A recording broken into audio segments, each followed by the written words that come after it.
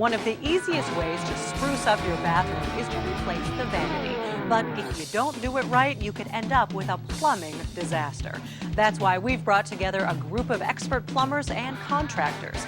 They'll show you how a kitchen pot can save a big mess, an easy way to avoid working under the sink on your back, and how to avoid a leak without a flood. This is 10 things you must know about installing a bathroom vanity.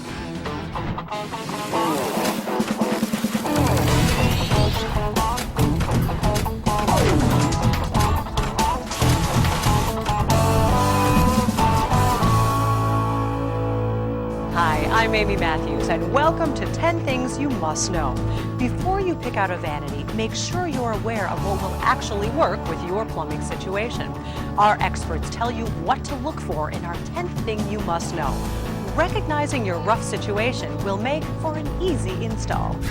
Several different types of vanities depending on the atmosphere of the bathroom, whether you want to go country, colonial, traditional, modern. They're going to be available in all different type of products. They can be in wood, stained, painted. They'll be available in pressboard. They'll be available in laminates, such as Formica, and multiple colors there.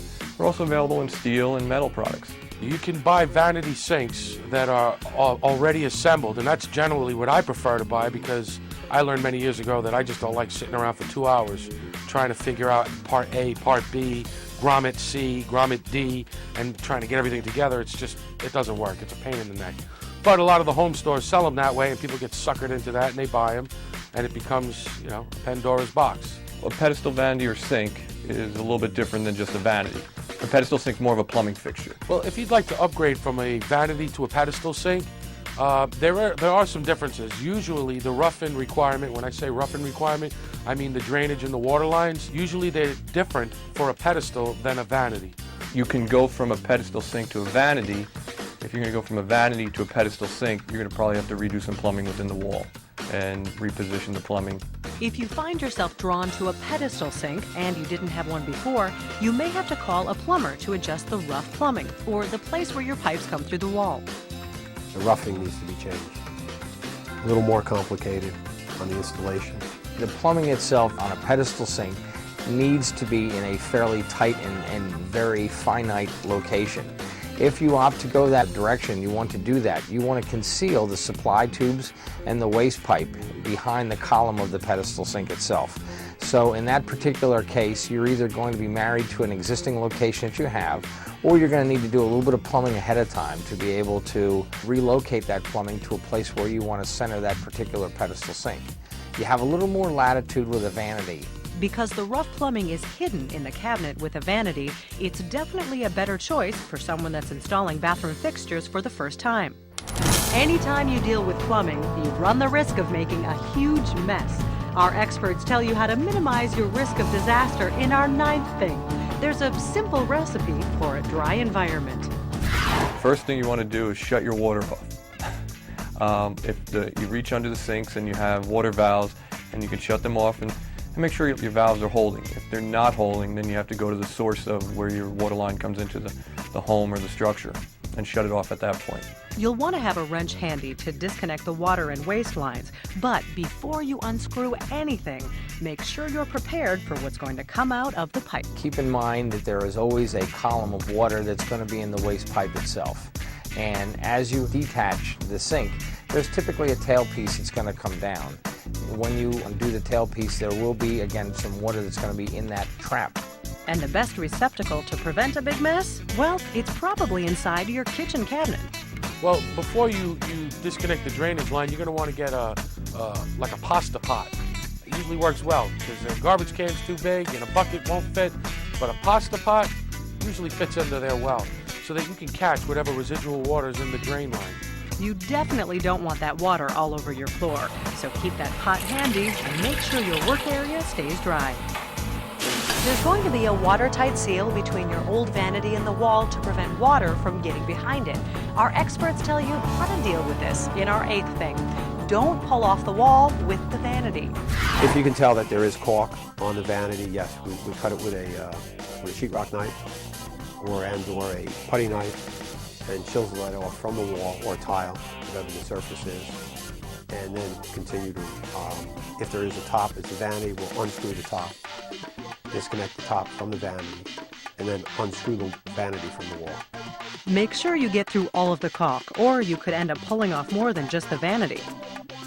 If you try to tug on it, it could take the wall with it. So you try to disconnect it from the wall itself. You can take the drawers out first, if there are drawers. And once the top is disconnected from the wall, or the silicone is cut from the wall, at this point the sink is disconnected already. We take the top off from the vanity itself, and then we take the vanity off the wall. It's likely that the vanity has been there for some time. The bathroom is a warm, humid environment, and there could be some residue living underneath your old vanity. Take advantage of the opportunity to clean up the area. You pull that vanity out, and if you have some damaged floor tile that might need to be repaired, you want to do it at this time. You want to clean the surface of the floor. You know, over time you may have some things you need to scrub out or clean there and scrape up. Same thing with the back wall. Over time, if there was a small leak, you may want to either replace the drywall behind the vanity, if there was any type of damage or water seepage in that location, to prevent any mold or mildew from building up, and make sure it's all dry, clean, and ready to go. And if you missed anything, just log on to DIYnetwork.com for a complete list of the 10 things you must know, as well as additional tips from our experts. Stick around, and our experts will show you how to avoid working on your back inside the cabinet. Another time-saving tip you can't miss when 10 Things returns.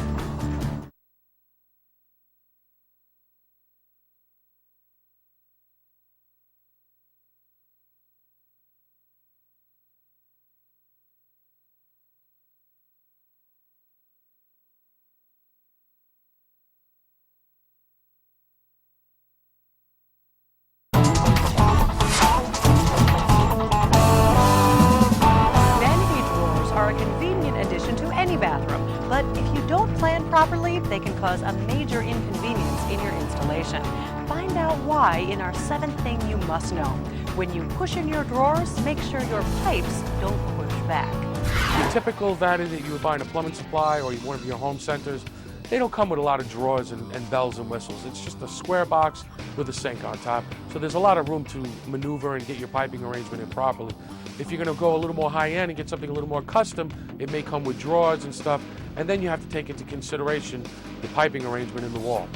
It's commonly overlooked, but a drawer pushes back into the vanity, meaning there can't be anything behind it or it won't close. And also, if you're doing drawers, the plumbing needs to be offset. You can't have it, it won't fit behind the drawers. You like to have the plumbing come to the center of the sink if possible, but you can offset, your plumbing in the vanity itself. If you do get a vanity and the drawers don't close, you can move the plumbing, but you should definitely hire a plumber to do that, which is going to cost extra money. It's best if you check your plumbing beforehand and make sure your vanity works in the existing conditions. When you install a bathroom vanity, you're going to spend most of the time working on your hands and knees in a tight space. But you can avoid having to work upside down and on your back with our 6th thing. Faucet first, then install.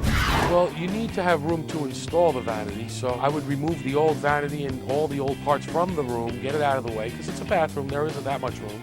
And you'd want to get your new vanity, your box in place, and you want to get your top with your, if you're replacing the faucet, you need to get your new faucet on there.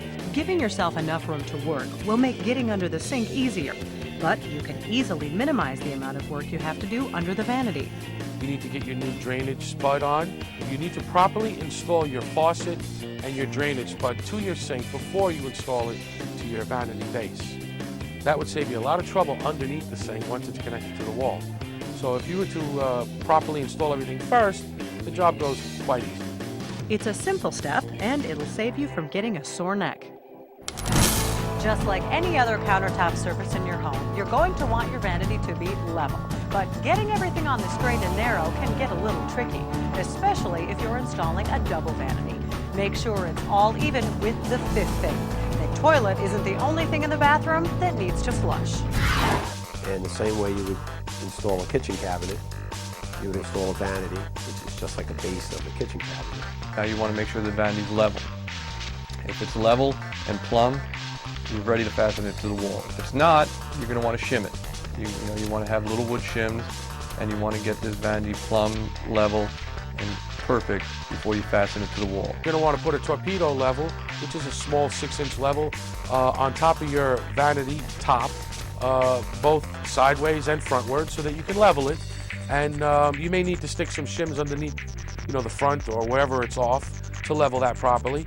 And then at that point, you're going to want to bolt your vanity to the wall and then silicone it as well. With the vanity, you're going to have a bit of a gap at the floor or at the top of line along the back wall. It's not the end of the world. Also, if you're applying tile to the walls, the tile then will absorb any type of gap.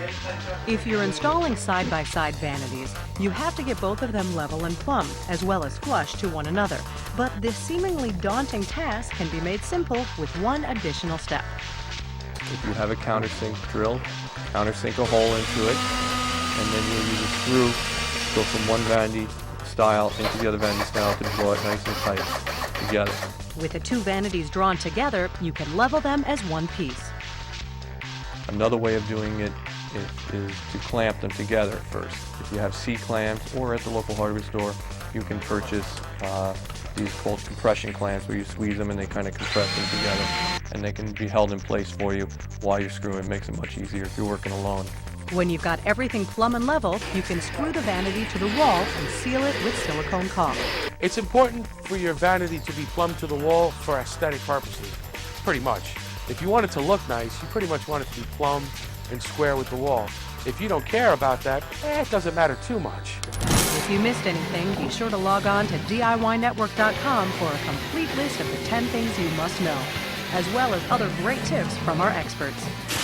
Stick around, and our experts will show you how the right size holes in the back of your vanity can keep it from making noise. It's another tip you won't find anywhere else when 10 Things returns.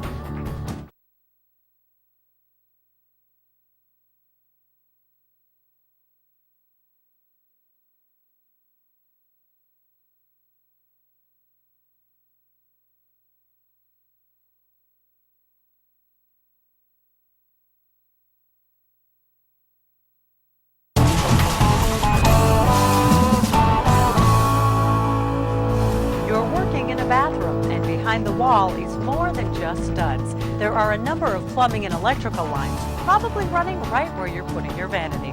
Our experts will tell you what's at stake in our fourth thing you must know.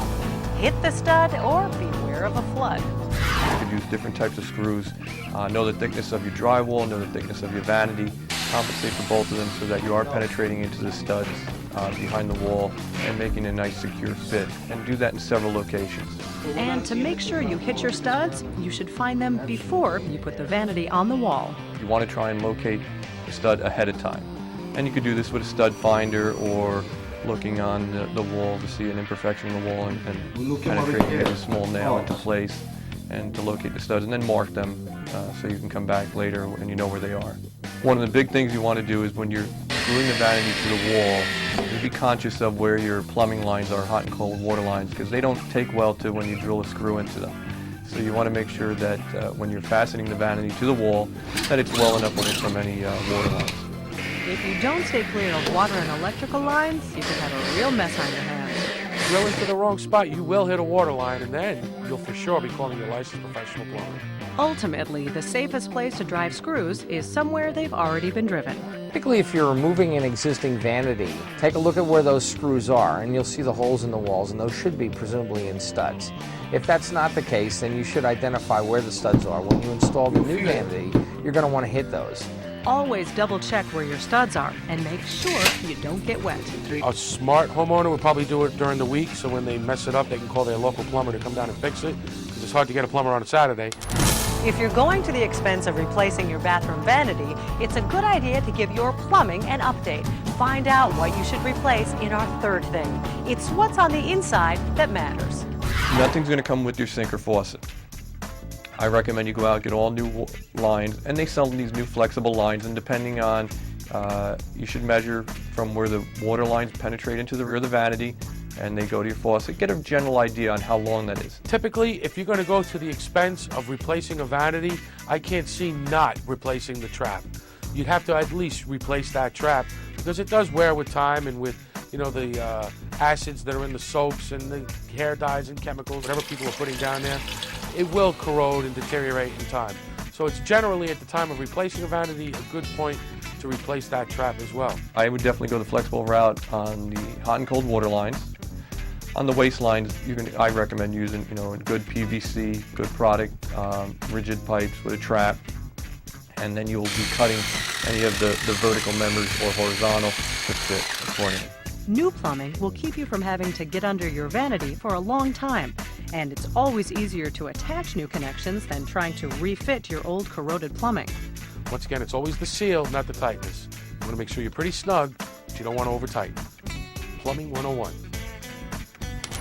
Inexpensive vanities will often have an open back, but many custom or medium to high-end vanities will have a solid back, meaning you have to drill holes for your rough-in plumbing to go through. Our experts tell you why it's important to get the right size hole in our second thing. Give your rough plumbing room to breathe. You want to cut your holes as small as possible, but you also want to leave a little room for expansion so that you don't get cracking and bumping and noises later on in the plumbing, because the plumbing does move. So I usually like to cut the hole a 1/4 inch larger than the actual pipe. No one wants a noisy vanity, but there's an additional reason to overcut the holes. You don't want to make the hole the same exact size as the pipe, simply because you may have to shim the vanity a little to the left or a little to the right, or you may have to pick up the bottom a little, but you want to have a little bit of play for installation. So that's why the hole should be a little bit bigger than your piping arrangement, and you can always cover it with escutcheons. It makes it look nice and finished and pretty anyway. If you missed anything, be sure to log on to DIYnetwork.com for a complete list of the 10 things you must know, as well as other great tips from our experts. Number 1 is right around the corner. You'll find out how to test your work without making a mess when 10 Things returns.